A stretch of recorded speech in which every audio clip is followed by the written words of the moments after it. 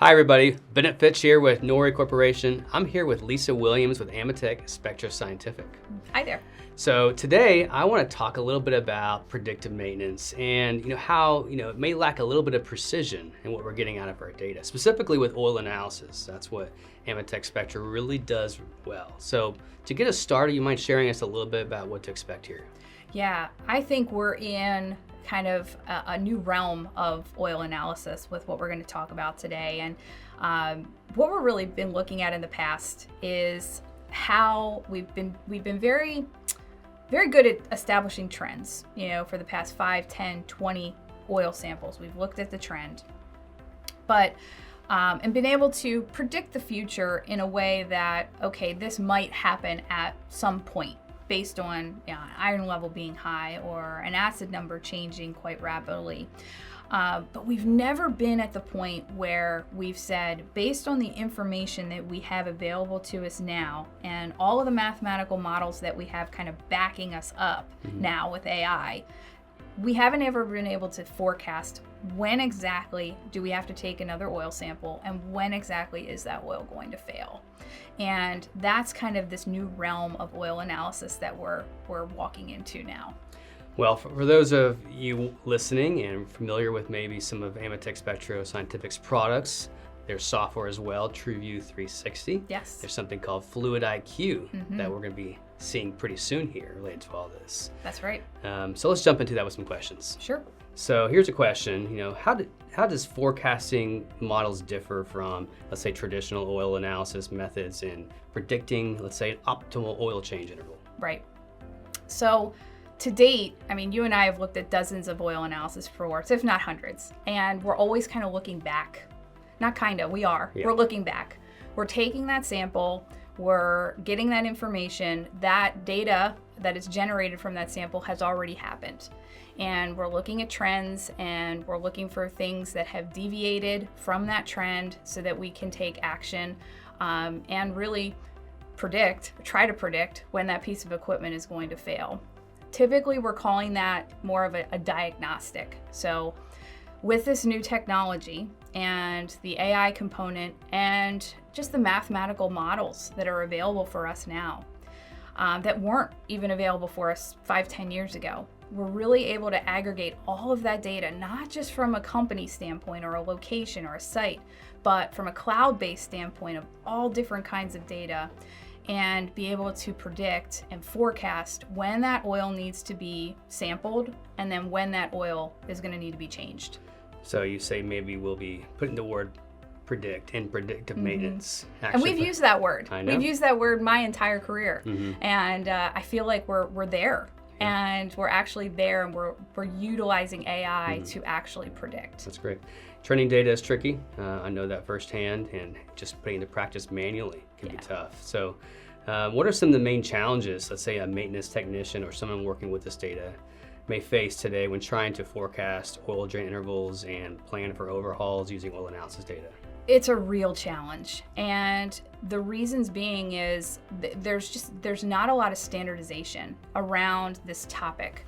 I know when I was involved with writing several different kinds of recommendation documents, ICML 55.2, for example, and even earlier than that, when somebody would say, what should my sampling recommendations be? I would say, do a sampling study, and oftentimes we don't have time as maintenance professionals to do a sampling study.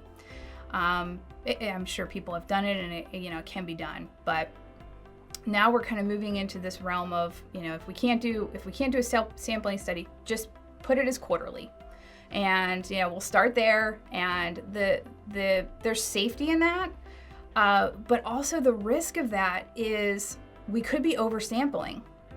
But not only that, we could be undersampling. We just really don't know. So either one of those, we don't want to be in that camp.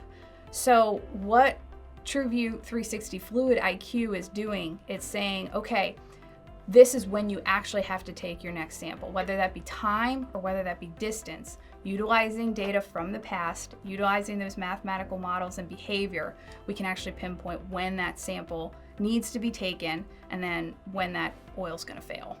Yeah, for all too long now, we've always said go quarterly or go monthly with your samples, and it seems arbitrary. We need something that's a little more accurate. And you're right, there isn't a lot of standards out there to work with to give us confidence there. I think that's what this is about, is helping give confidence Of course. to those involved. How does AI-powered, real-time, on-site oil analysis empower non-experts to make effective maintenance decisions? I think that it's important to know that TruVu360 is already a very powerful system as it stands now. And it's a closed loop system as it stands now. And I think that the way that we can look at this new technology being added to TruVu360 is we are expanding the ability of TruVu360, but the user already has the ability right now, as TruVu360 is they take the sample, they can generate the data. There's already alarm sets that are programmed in. There's already diagnostic statements that evaluate when those alarm sets are triggered that populate on the final report. And you already have the ability to put in a maintenance note and cost savings and kind of close that loop of how effective was the data. But now we're taking it one step further, and you're still doing all of that and getting all of that information. But then you have this additional forecasting tool that looks at when the oil needs to be sampled again and when the oil is going to fail. Yeah. You use that word prognostic. That's trying to look forward, really see what's going to happen. And you're right, TruVu360 has been powerful. It's been used for quite a while, and you're expanding on that. You're making it more powerful, almost turning it into more of an easy button so that That's right. you can see what we need to do, a yes or a no. That's right. What are the risks associated with extending oil drain intervals without proper monitoring, and how do prognostic tools here mitigate those risks? Right. I think it's a scary thing to kind of not be looking into the future but not have data to help you make those decisions. It's kind of like going to the doctor and you're skip your physical and you don't really know where you are, but you need to have that information in order to be like, okay, I'm going to skip my physical this year because I just had blood work done 2 weeks ago and I'm okay, so maybe I'll extend that physical out a little bit longer. I mean, it's kind of the same concept. If you have the information at hand and you're able to say, okay, condition of the oil is good now, then okay, I feel a little bit more comfortable extending that drain interval out. But if you don't have the data and you're just kind of flying blind into extending those intervals, it's risky, definitely risky. Yeah, we need good data points, and we have several in a row that are good data points, or good data at least showing. That's important because it gives us a better confidence on when that bad data point shows up. Exactly. And we can make a decision based on that. I like to use the analogy with your own human health. There's so much here. These are assets we're taking care of. The better we maintain them, the longer they're going to last. Right. What is the next frontier for forecasting in oil analysis, particularly regarding to, let's say, remaining useful life estimations and risk-based condition monitoring? Yeah, I think that eventually, I think we're going to live in this space for a while because it's taken us a really long time to get here. So I think we're going to live in this space for a while. And I also think our industry is very much likes that human component. I think we're going to live here for a little bit, but I think that in the future, what we're seeing is possibly self-diagnosis of equipment. We're already kind of moving into that with sensor technology, but a lot of self-diagnosis, being able to generate work orders automatically, kind of moving into that space where there's not so much hands-on. But one of the things that I think is really important about oil analysis AI and this whole next gen kind of thing that's rising here is it all takes the human component to generate these models.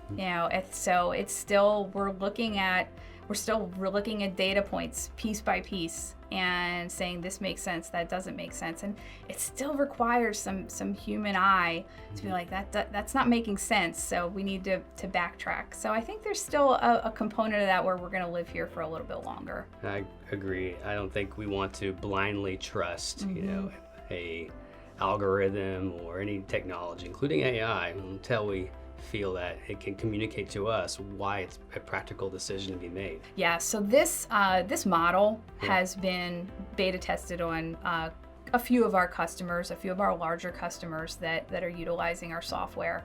And one of our companies that is down in South America, and they probably run on the realm, I would say between 800 and 900 samples a month.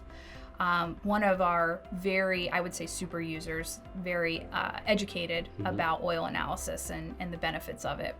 But what we found was we did a study with them, and we found that over half of their engines, they could have extended their sampling intervals. They were sampling too frequently.